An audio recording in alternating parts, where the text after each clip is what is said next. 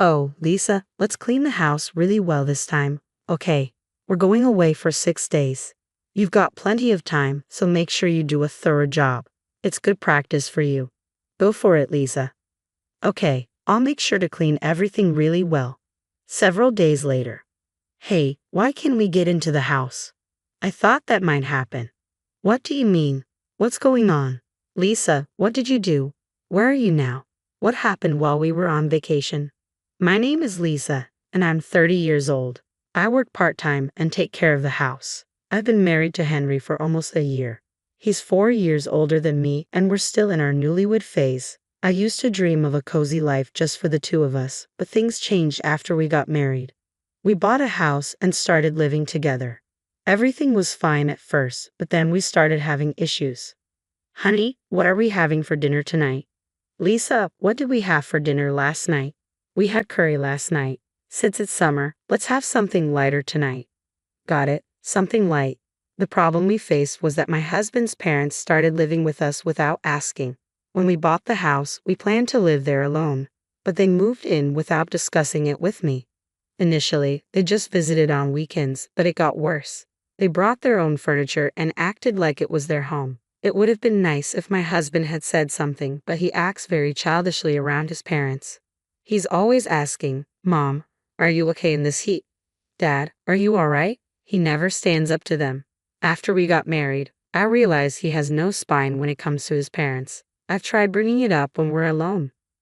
I didn't agree to your parents moving in. Our house isn't big enough, especially when we have kids. What are we going to do? You need to talk to them and get them to leave. But all he said was this. What are you saying? If we have a kid, we can just move. I think Mom and Dad would love living with their grandchild. I'd be happy to have everyone together. My husband not only doesn't see any issues with his parents living with us, but seems to be happy about it. I've given up on him explaining things to them. I blame myself, thinking, why didn't I realize this before we got married? My husband lived with his parents until we got married. I only visited their house once when we went to introduce ourselves before the wedding, so I had no idea what his lifestyle was like. I didn't know he was so attached to his mom and dad. Living with his parents all of a sudden is stressful enough, and there's even more on top of that. Hey Lisa, there's nothing I can eat for dinner today. Can you make something else? Well, isn't fish, boiled veggies, greens, and soup okay? I'm not in the mood for fish. I wanted meat today. My mother-in-law acts like she's entitled, always finding something to complain about, this or that. We don't have any meat right now. Oh, really? Let's just order takeout then. My mother-in-law started ordering expensive appetizers, not something you typically order on a weekday. It's fine if she wants to spend her own money, but how? I'll have one of those expensive appetizers. Yes, charge it to the usual card. What? My mother-in-law had used my card without asking me. I was shocked and asked her why she did it. Because everyone will eat what I order, right? It's everyone's meal, so it's normal for you to pay, she explained confidently. Sure enough, if my mother-in-law orders a lot of food, everyone ends up eating it, including me, but why should I automatically bear the cost? I don't understand my mother-in-law's logic at all. And my father-in-law is quite a character too. If you're a wife supporting a family of 4, you have to cook both meat and fish. Everyone has different tastes, right? This is why modern women... No, you're the biggest problem here. My father-in-law doesn't criticize my mother-in-law for her whims. Instead, he seems to agree with her and blames me, imposing his old-fashioned views on me. They're quite similar in their thinking. It seems like modern people can't handle even the simplest tasks these days. It's a real issue. Thank goodness for delivery. Yes, there are so many options for delivery now. I prefer delivery every day over Lisa's cooking. My in-laws enjoy mocking me, even though I'm the one paying for their food, living expenses, and even the mortgage for this house. Why should I be treated this way? Anger started to build up inside me, accumulating. Having my in-laws in the house made me feel like being at work was better. Luckily, work was going well, and there was talk of a promotion. I was offered a project leader role, and I accepted both opportunities. I thought that staying busy would reduce my stress from home. The days when I can't cook have increased, and if my in-laws order delivery, I've learned to accept it. My priority now is to distance myself from my in-laws. As a result, my overtime and weekend hours increased, but I felt fulfilled and energetic. Just when I thought I could handle everything, something unexpected happened. On a Friday night after work, I arrived home to find the house completely dark. It was odd that my husband and in-laws weren't there. It was too early for them to be asleep. As I walked in puzzled, I noticed a note on the table.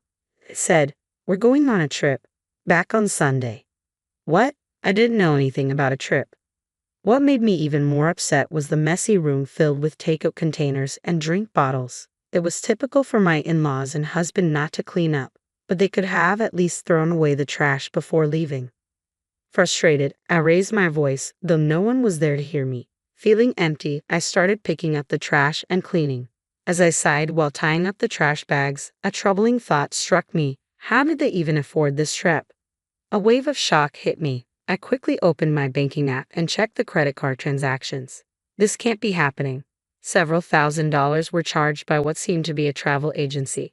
Panicked, I tried calling my husband, but he didn't pick up. Fighting the urge to throw my phone in frustration, I decided to check my husband's social media. There it was, beautiful beach. So stunning. A picture of a bright blue sky and a beautiful beach. The people in the photo didn't look American. Could it be true? Digging further, I found they were in Bali. I never imagined they would take an international trip, and I felt drained. I hate to admit it, but my husband doesn't earn much. Most of our income comes from my job. I've been saving diligently because I worry about our future. That was before my in-laws moved in. The idea of my husband and his parents using my money to enjoy a resort made my anger boil over. All the vague stress I'd been feeling started to crystallize into clear questions. Why do they do this? How do they feel about it? What were they thinking about the future? It felt like an endless cycle of thoughts. I knew I needed to take action about my life. When my husband and in-laws returned from their trip, slightly sunburned, I was seething with irritation, though I kept quiet. We had such a great time. Traveling abroad is definitely worth it, and we found the food and accommodation quite affordable. My in-laws chirped. I bit my tongue to stop myself from asking who they expected to foot the bill for all of this. "Let's plan another trip, Mom, Dad." My husband chimed in, chatting with his parents. He seemed so immature, like a child begging for a summer vacation. At 35 years old. Seeing him like that filled me with disgust. I prepared dinner in frustration. "Stay calm. Just focus on cooking," I muttered to myself, moving mechanically. Then, "Oh dear, there's so much dust here," my mother-in-law remarked, running her fingers over a houseplant's leaves. "That's not good," my father-in-law murmured, giving me a quick glance. "You didn't clean while we were away. What kind of day off was that?" "What?" I couldn't help but ask again. "If you've kept the house clean all the time, I would have taken you on the trip. I didn't invite you because I was thinking about you and your housework. Isn't that right, Mom and Dad?" My husband said this seriously. "Thanks for considering that," I replied, holding back my anger. My face twitched and I turned away, pretending to get ingredients from the fridge. Inside, I was shouting, "Are you kidding me?" I couldn't believe it. They left the house messy, took a vacation with my money, and now they were saying this. Checking the credit card transactions while they were away only made me angrier. Did they go to a spa or fancy restaurants? Even in Bali, where things are cheaper, there were large charges constantly added. How much have they spent without asking me? I couldn't stop thinking about it. Hundreds, thousands, tens of thousands. Doing some quick mental math, a couple $1,000s wasn't out of the question. And with them taking over the entire household, it could be even more. I was beyond frustrated. Once they got a taste of using my money for trips, my husband and in-laws started going away more often. My credit card was being used routinely, but I didn't intervene for months. I silently watched my husband and in-laws' foolish spending. Then one day, my mother-in-law said, "We're going to Hawaii. Can you increase the credit card limit?" "Sure, I understand," I replied. My mother-in-law was completely disregarding me. Did she think I'd just obey her every command? Did she expect me to buy a new swimsuit at our age? She was flipping through a swimsuit catalog, clearly excited. Well, since she was using my money anyway, I thought, just wait and see. I quietly increased the limit without a word to my cheerful mother-in-law, who was so absorbed in the catalog that she didn't notice.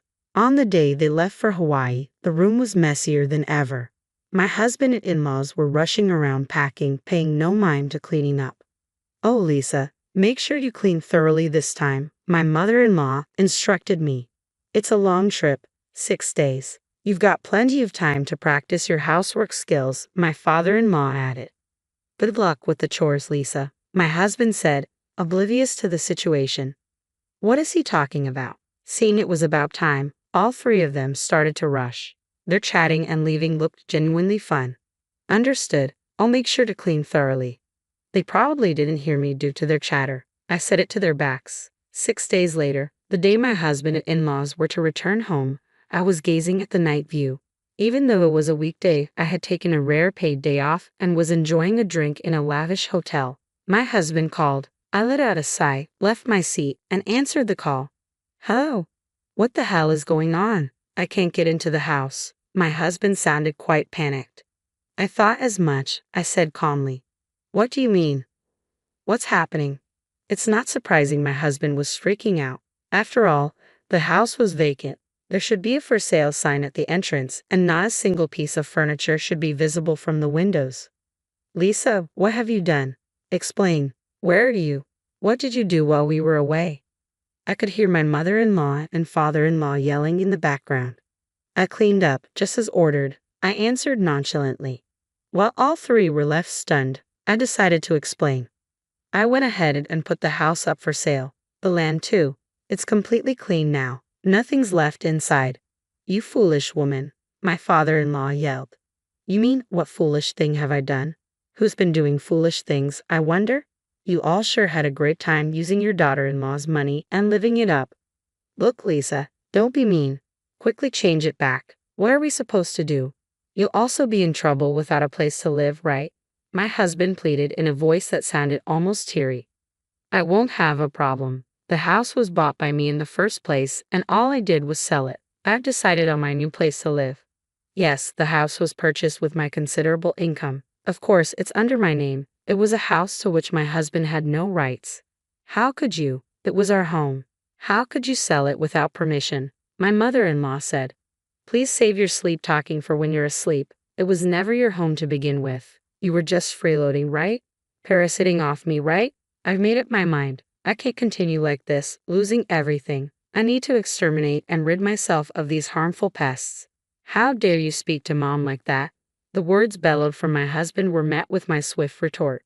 You're a pest too. I want a divorce. I'm going to demand my money back, which you've recklessly spent. I've already consulted with my attorney. The amount. I could relay the amount. I heard a loud clatter on the other end. It seemed that my husband, in shock, had dropped the phone.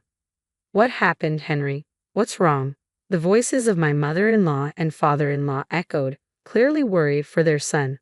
Oh, Dad. My husband started crying like a child through the phone. I could only pull back in disbelief, knowing that any further conversation would be futile. I hung up the phone, sitting back down. I sighed. It had become second nature to me, but today it was different. It was a sigh of relief. At last, I finally cleaned house. Good job, I toasted to myself, sipping champagne. My husband and in-laws seemed to have no choice but to return to their family home. They had nowhere else to go after all. During the months from my decision to divorce until I actually brought it up, I found out that their home had turned into a hoarder's paradise. When I visited to introduce myself before marriage, the place didn't seem so disheveled. They must have hired professionals to temporarily tidy it up. Their house had a long-standing reputation in the neighborhood as a hoarder's home. Perhaps a messy house suits my messy husband and in-laws more than a clean one. Though my husband was reluctant about the divorce, he quickly accepted when confronted with my attorney. Sobbing, he even signed the agreement to pay me back the money they spent. It's not an amount he could easily afford with his salary, but it's only fair since he was the one who created the situation, recklessly indulging in luxuries with other people's money. And so I managed to completely sever ties with my troublesome family. However, I must regret the fact that I married such a man in the first place. Before he got married, I somehow managed to spin his troublesome traits in a positive light, finding him charming and laid back despite his age. Maybe I was too desperate as I approached my 30s. While occasionally venting about this to my colleagues, I go about my daily work. Will I be single forever from now on? You're still young. Don't say things like that. I appreciate the subordinates who play along with my complaints and jokes. You're right. I shouldn't give up hope. That's right. Would you consider someone younger? Was that a joke? Looking up, I saw my subordinate's face was serious. Don't hoard unnecessary things. Cleaning is important. But maybe, just maybe, I don't need to give up hope. These days, I find myself pondering such things.